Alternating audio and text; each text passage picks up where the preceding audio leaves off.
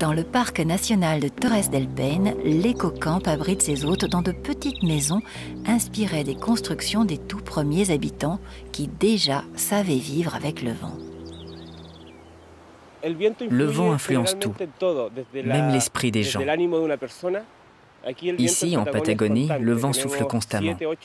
On a 7 jours sur 7 des vents à 100 km/h, ce qui fait varier l'humeur des gens.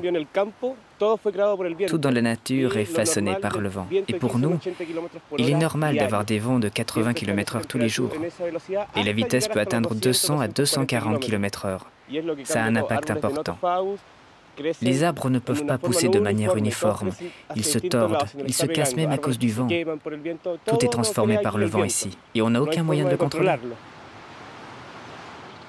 Mais on peut apprendre à vivre avec. On a emprunté aux indigènes qui peuplaient la Terre de Feu, aux Indiens Kaweskar notamment, le concept de ces habitations en forme de dôme. On a donc remis au goût du jour la manière dont vivaient les populations de la région.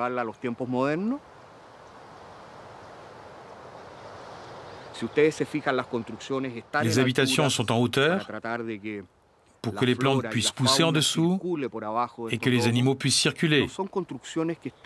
Ce ne sont pas des constructions fixées au sol. Elles ne possèdent pas de fondation en béton.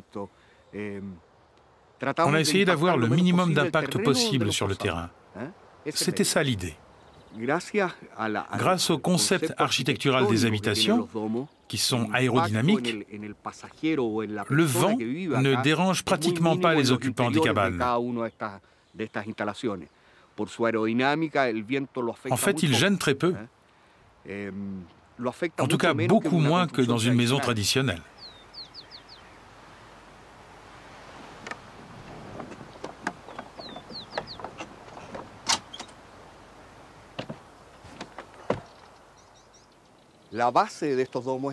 La structure de ces habitations est en bois. Elle est enfoncée de 40 cm dans le sol. Tout est en bois, il n'y a pas de béton. La structure de chaque habitation, qu'elle soit petite ou grande, est la même, de forme sphérique, composée de tuyaux en aluminium et recouverte d'une toile de protection en PVC qui fait office de toit. On a la structure en aluminium et cette toile isolante composée de matières naturelles pour protéger contre le froid. C'est le même tissu que l'on utilise pour les sacs de pommes de terre. C'est aussi simple que ça. À l'intérieur des habitations, il n'y a pas de chauffage. Les lits sont en laine polaire, comme cette veste, voyez, ce qui permet de maintenir la chaleur et de dormir au chaud.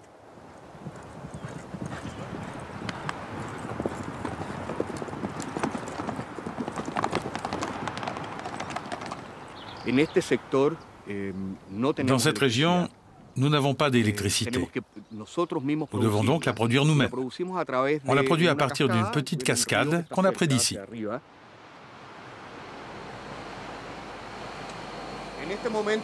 Là, on est dans la centrale électrique de l'éco-camp. Ici, on produit de l'électricité pour éclairer tout l'éco-camp et pour faire fonctionner les frigos, les congélateurs. On utilise l'eau d'un petit ruisseau dont le courant fait tourner une turbine qui génère de l'électricité à 12 volts. Cette électricité passe par un transformateur pour la changer en 220 volts. C'est le voltage que l'on trouve en France et au Chili et qui nous permet de distribuer de l'énergie à tous les l'éco-camp.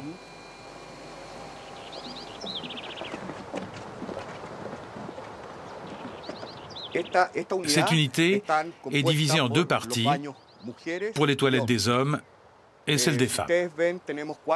Elle fonctionne grâce à 4 panneaux solaires qui produisent suffisamment d'énergie, non pour éclairer les habitations, mais pour réaliser le compost.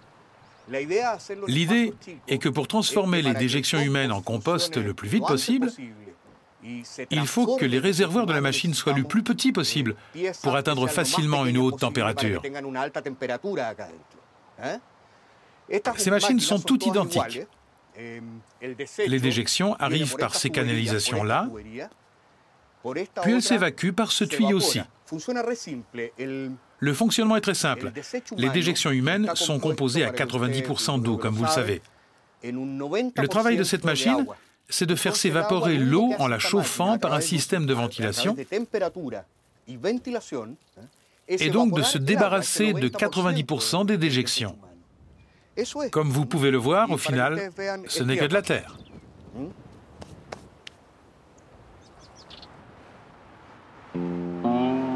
Du camp, on part pour des randonnées à pied ou à cheval vers les montagnes de Torres del Paine et le glacier.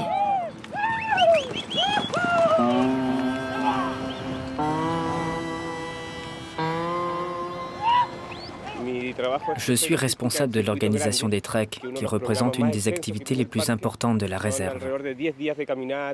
Le circuit est composé d'une boucle de 150 km que l'on réalise en 10 jours. On propose cette randonnée à des touristes de 18 jusqu'à 70-75 ans, sans limite d'âge vraiment. Nous sommes de Londres. Nous venons passer 2 semaines en Amérique du Sud pour notre lune de miel. On est venu faire un peu de trekking. Ça fait 4 jours que l'on marche. Il n'y a pas de bruit dans l'éco-camp, c'est tellement silencieux. C'est agréable d'être dans un endroit isolé.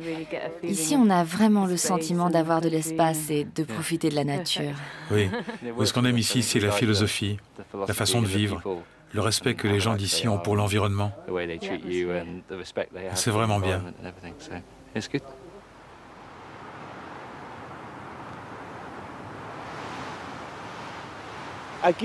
Ici, dans le parc, tout est très contrôlé. On ne peut pas chasser. Il y a beaucoup de pumas, de condors, d'oiseaux. Il y en a au moins 140 espèces. Le huémul, un cervidé de la cordillère des Andes, a pratiquement disparu ailleurs, mais reste très présent dans cette vallée. C'est un des plus beaux animaux que l'on a dans la région. On le trouve d'ailleurs sur le drapeau chilien, avec le condor. Le condor est impressionnant avec son envergure de 2 mètres.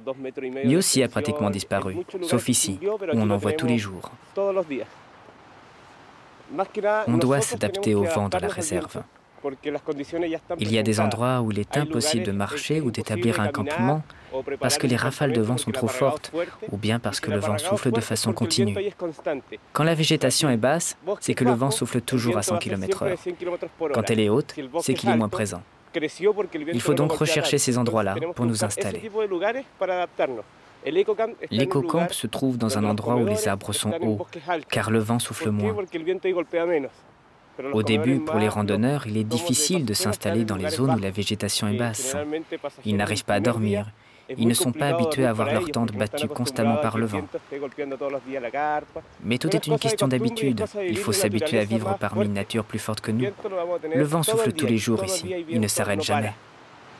Vivre avec et non pas contre le vent, quel que soit son nom.